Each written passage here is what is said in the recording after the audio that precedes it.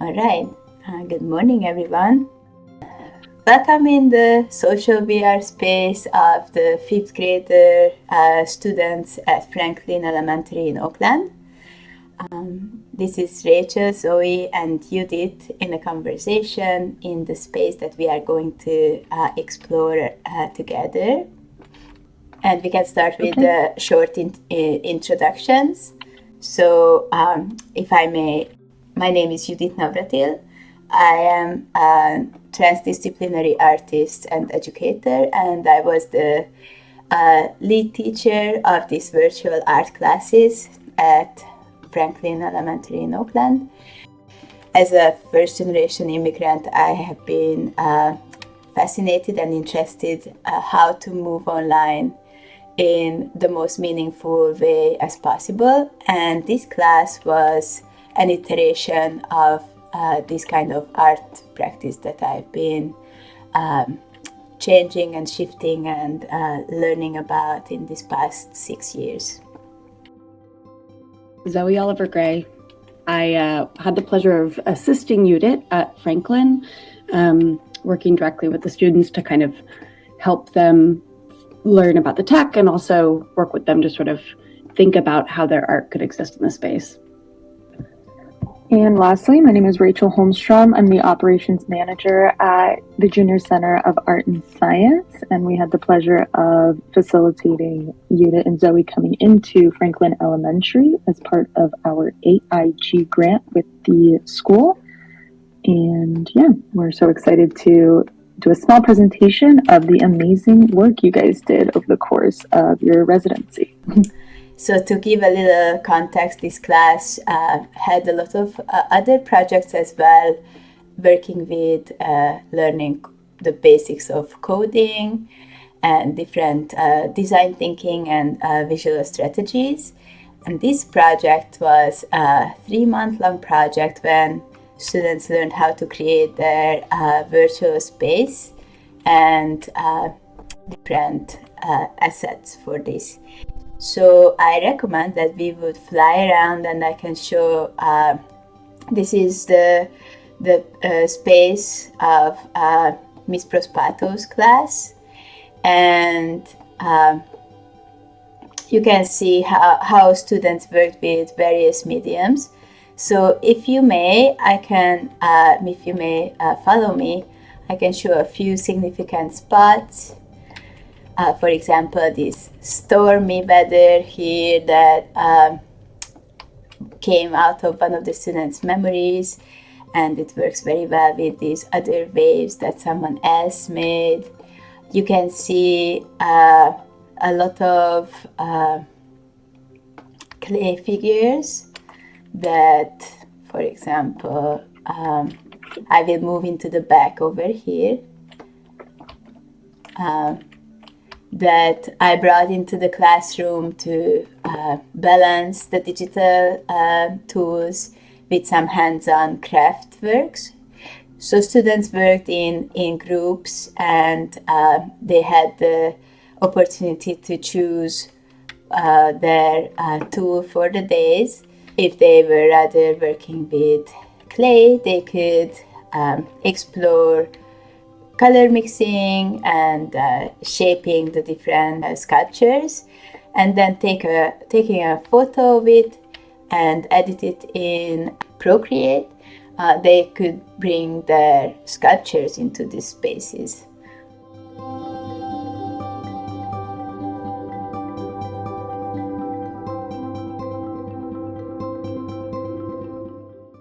I was wondering why this medium in particular. I know you just mentioned how you were using like kind of cross-disciplinary practices, using stuff in the physical world, using stuff in the virtual world. But what is it about like virtual world building specifically that you wanted to bring to the Franklin students? So I've been working with social VR for a long while, and I'm most interested in the social aspects of this medium, especially during the pandemic. It became obvious for everyone by moving online is a very important territory of our life.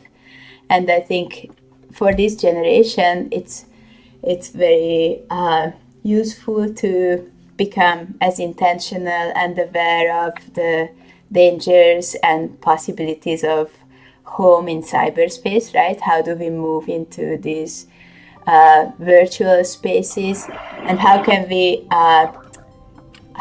create these spaces instead of being consumers? So I try to highlight the power of storytelling and word building for students, and in these projects they actually take the agency and created amazing spots using these tools. So that was really successful and really rewarding to see how comfortable they are in these spaces.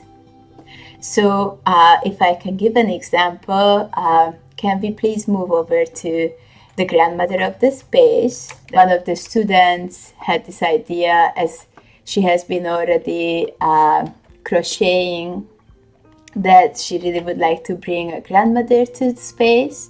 Someone else wanted to add this little 3D addition to her hair. And so she took a picture of herself crocheting, and the others started to bring their creations that as if she were, as if grandma would crochet these different mediums out. Very cool. I appreciate the collaborative nature too. What started with one student's idea turned into this group project, and that's very sweet.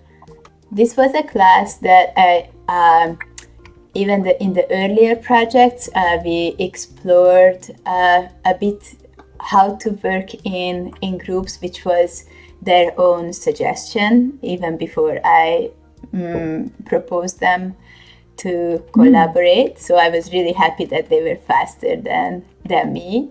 So one of the things that we highlighted was to how do you move between these different mediums and realms, right? And how are you thinking about your own self in these spaces? What do you bring in here? What are the memories, the jokes, the objects or ideas that you would like to share with others?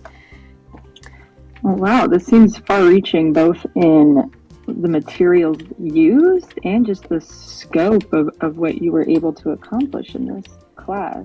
Mm-hmm. I'm wondering what were some challenges that were brought up teaching this medium, and then what were also some successes of specifically working through those challenges with this medium.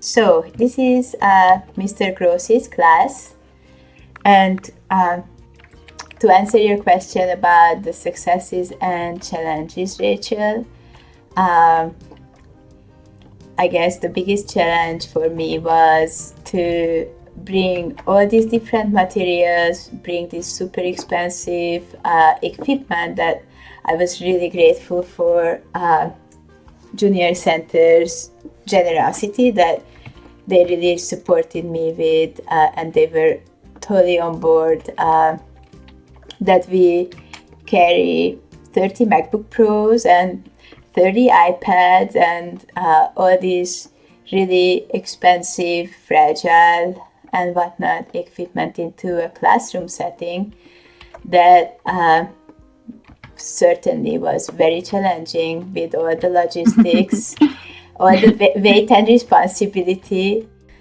and to bring their attention to what they actually want to create. So this is a very open-ended project, and it took us a long time to first of all learn the tools, and that's always a big challenge with this kind of newer technology, how to move further than the novelty of the tech itself. So moving beyond Procreate, when it's super fun to explore the brushes, but then what are you actually creating with it? So I found it very inspiring and surprising how quickly these 11-year-olds picked it up, and how they inspired each other. Here is a flag, and what were the cultural references that they brought in from their diverse backgrounds. For example, these Chinese New Year's, and how they could move into the space of their memories and what home means for them in cyberspace.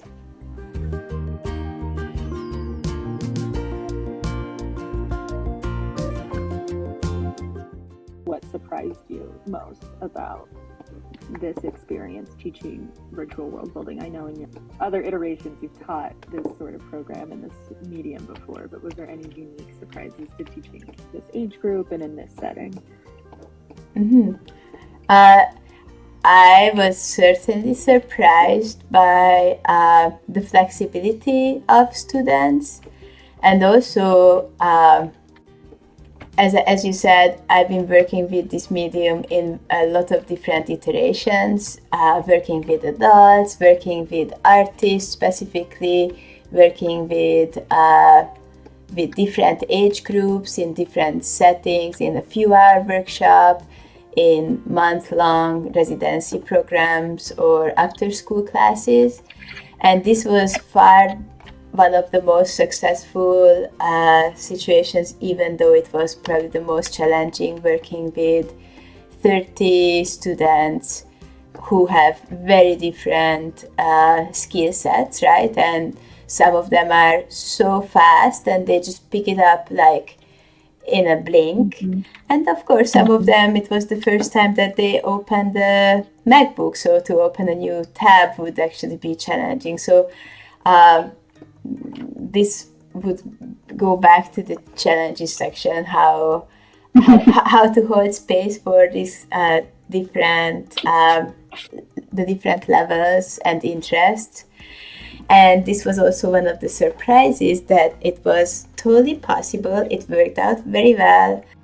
That's interesting that you mentioned about the wide breadth of like experience they're bringing to the table. I think colloquially we think kids have this like innate leg up on older generations, having grown up with tech, but that's not necessarily always the case. Or, you know, that you were saying that like for some folks opening up the MacBook and opening up the tab was like the first time they've done it. So that does sound challenging to work with that wide of an experience base. And this was also a question about like, does it make sense to bring these kind of tools if they don't have access to these tools later? Mm-hmm. But I think that was also a very important part, is that they have the opportunity to that I could introduce them these tools so that they can actually feel very comfortable when they meet it, and it's not something, an unknown territory that they are afraid of, that they feel comfortable and welcomed.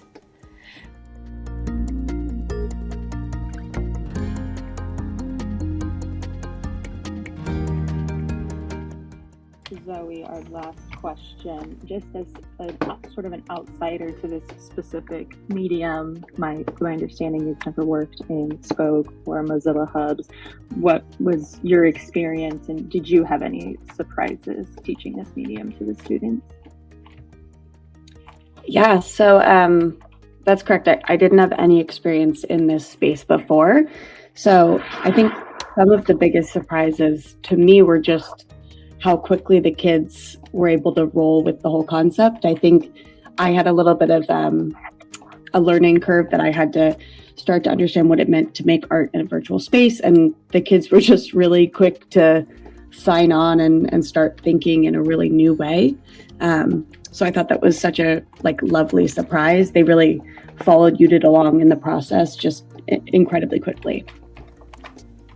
Oh, great. It sounds like this was a super successful class, and even different for you, Judit, who have who have done this before to have this unique experience. So I'm so happy that we all got to meet here and experience it together, and that y'all were able to bring this to our Franklin Elementary School fifth graders. So thank you guys so much for all your work. Thank you so much, Junior Center, to make this happen, because I think it was really, really inspiring to have the opportunity to use such tools and to bring it to a community that was also just amazing. So I was very happy to become the part of this. Thank you.